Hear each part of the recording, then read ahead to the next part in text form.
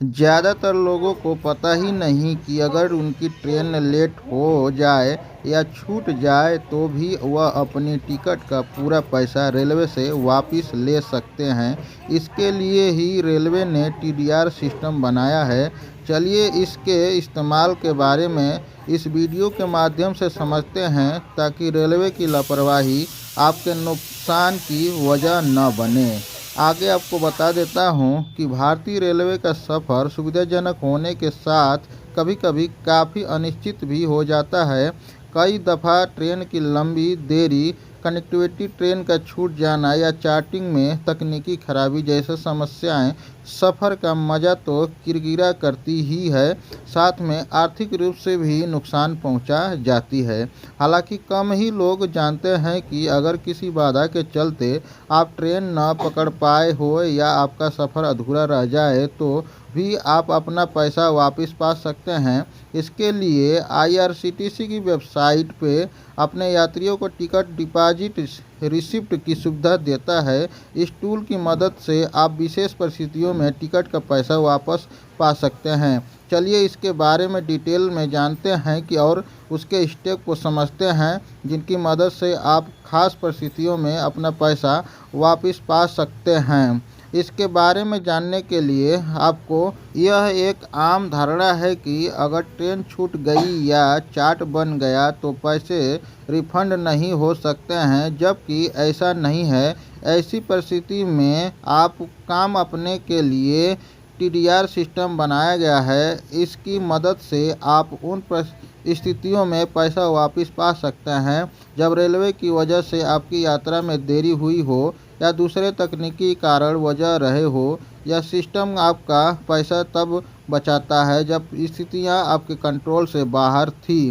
कहने का मतलब है कि टीडीआर एक ऐसा सिस्टम है जिसके ज़रिए आप रेलवे को बताते हैं कि अगर आप यात्रा क्यों नहीं कर पाए और क्यों आपका पैसा वापस नहीं मिलता है, तो आपको रेलवे ने टीडीआर के तहत रिफंड पाने के लिए कुछ खास श्रेणियों तय की है।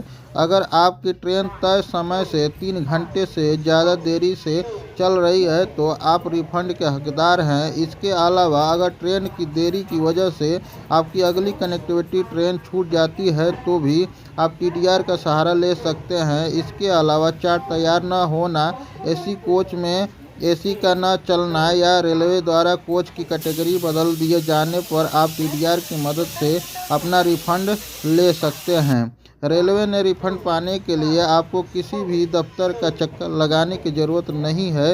यह पूरी प्रक्रिया डिजिटल है और सारा काम अपने फ़ोन पर ही कर सकते हैं। इसके लिए आप इस तरह से अपना ऑफिशियल वेबसाइट पे, यानी कि आईआरसीटीसी की ऑफिशियल वेबसाइट पर जाएं। दूसरा है, इसके बाद माई ट्रांजैक्शन मेनू में जाएं और वहां फाइल टीडीआर का ऑप्शन चुनें। तीसरा है, इसके बाद आपकी उन यात्राओं की लिस्ट आपको दिखाना जिनके लिए रिफंड लिया जा सकता है। चौथा है, इसके बाद संबंधित पीएनआर नंबर चुनें और रिफंड मांगने का सही कारण बताएं, जैसे कि ट्रेन डिलेड 3 आवर्स। और पांचवा है, जानकारी भरने के बाद सबमिट कर दें।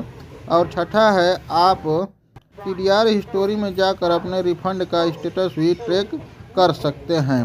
अगर आपका टीडीआर फाइल कर रहे हैं तो ध्यान रखें कि हर वजह के लिए टीडीआर फाइल करने की एक टाइम लिमिट होती है, जैसे कि ट्रेन के लेट पर प्रस्थान से पहले या एक सीमित समय के भीतर ही आवेदन करना होता है। अगर आप तय टाइम लिमिट को बाद अप्लाई करते हैं तो रिफंड मिलना मुश्किल होता है। इसके अलावा सही कारण को चुनना भी ज़रूरी है, जिसके कारण या जिसके बाद रेलवे मामले को जांचता है और अगर उन्हें सही लगता है तभी रिफंड प्रोसेस किया जाता है।